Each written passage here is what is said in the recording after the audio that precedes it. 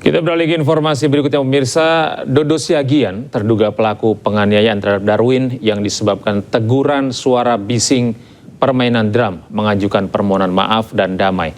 Namun melalui kuasa hukum korban, tak ada maaf maupun damai dari Darwin dan keluarga. Kasus penganiayaan tetap berlanjut ke meja hijau.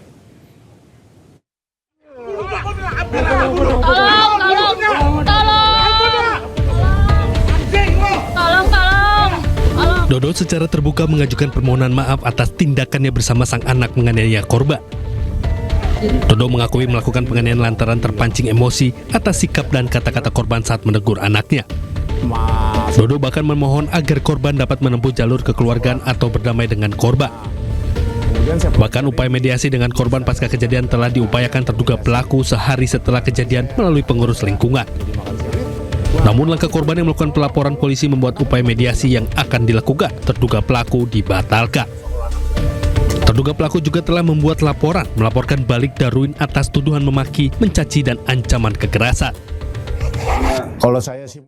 Penceramah Bahar bin Smith memenuhi panggilan penyidik Polres Metro Tangerang Kota atas kasus penganiayaan yang menjadikannya sebagai tersangka. Namun Bahar bin Smith tidak ditahan setelah penangguhan penahanan diterima penyidik Polres Metro Tangerang Kota.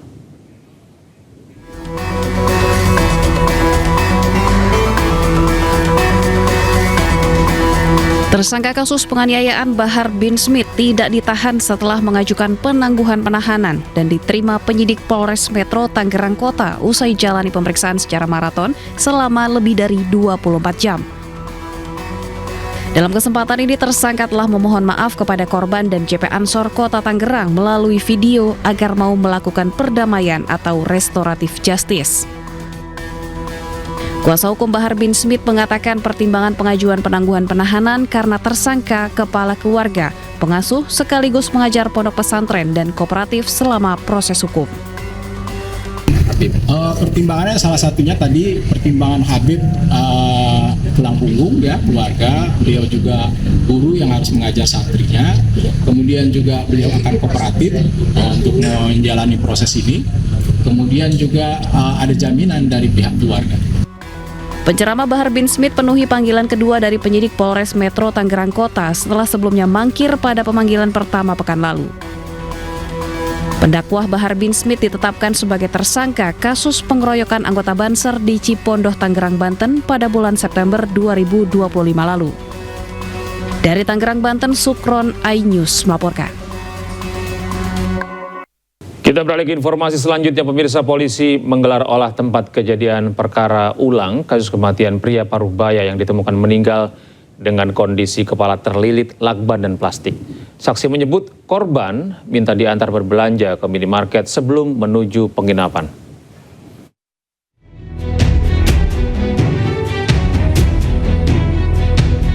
Tim Pusat Laboratorium Forensik Mabes Polri mendatangi lokasi kamar penginapan yang menjadi TKP. Ditemukannya mayat pria dengan kondisi kepala terlilit lakban dan plastik di Jalan Untung Suropati, Labuan Ratu, Bandar Lampung, Lampung.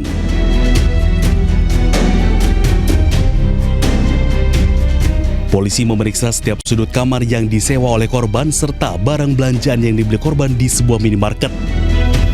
Sejumlah saksi dimintai keterangan dan diambil sidik jarinya guna menjadi bahan penyelidikan. Minta penginapan yang murah ada di mana? Nah, saya tunjukin lah. Adanya di sana. Nah, setelah sampai di sana, ya ketemu isi ibu itulah yang jaga penginapan. Dia bilang sama saya dari Jakarta, Pak. Sebelum menuju lokasi kamar penginapan, korban sempat singgah di sebuah minimarket untuk berbelanja sejumlah barang yang ditemukan di TKP atau di dalam kamar yang disewanya.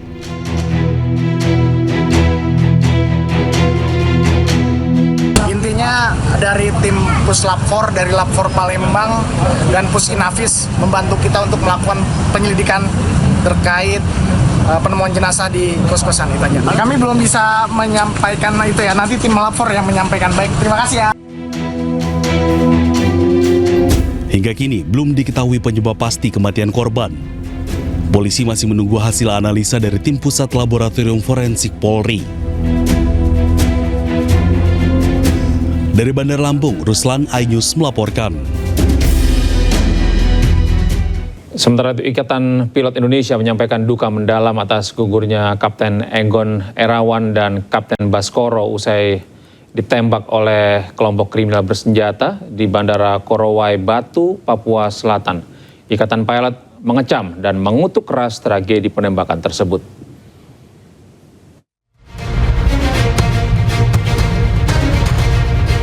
Pesawat Smart Air ditembaki di Kampung Danowage, Bovendigul, Papua Selatan. Akibatnya pilot dan kopilot pesawat tewas di lokasi. Penembakan berawal saat pesawat tiba di lapangan terbang Korowai Batu. Usai mendarat, pesawat ditembaki oleh sekelompok orang bersenjata.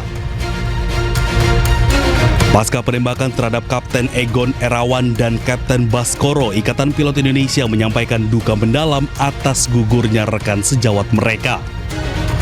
Ikatan Pilot Indonesia mengecam dan mengutuk keras tragedi memilukan tersebut dan meminta adanya perbaikan terhadap keamanan penerbangan.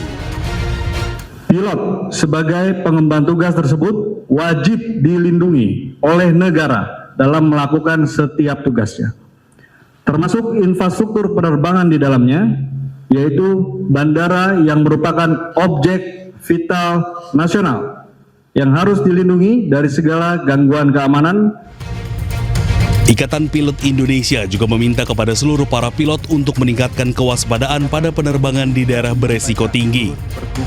Dari Tangerang Selatan, Banten, Nunung Purnomo, iNews melaporkan.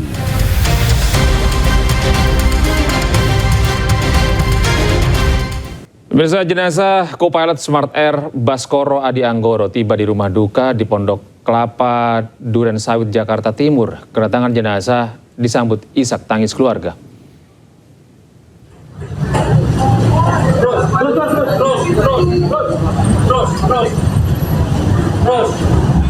Mobil ambulans membawa jenazah co-pilot Smart Air Baskoro Adi Anggoro dari Bandara Soekarno-Hatta ke rumah duka di Kafling DKI Pondok Bambu, Duren Sawit, Jakarta Timur pada Kamis malam.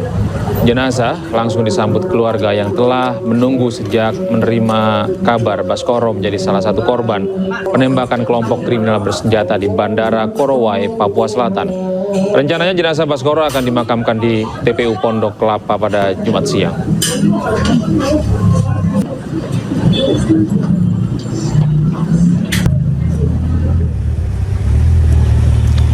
Sementara itu, Egon Erawan, salah satu pilot Smart Air yang tewas akibat kebrutalan kelompok kriminal bersenjata di lapangan terbang Korowai, Papua Pegunungan, malam ini akhirnya dimakamkan pihak keluarga.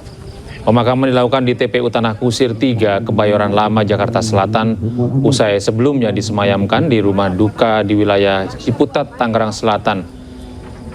Suasana haru tampak jelas menyelimuti proses pemakaman almarhum Egon Erawan yang dikenal sangat baik semasa hidupnya.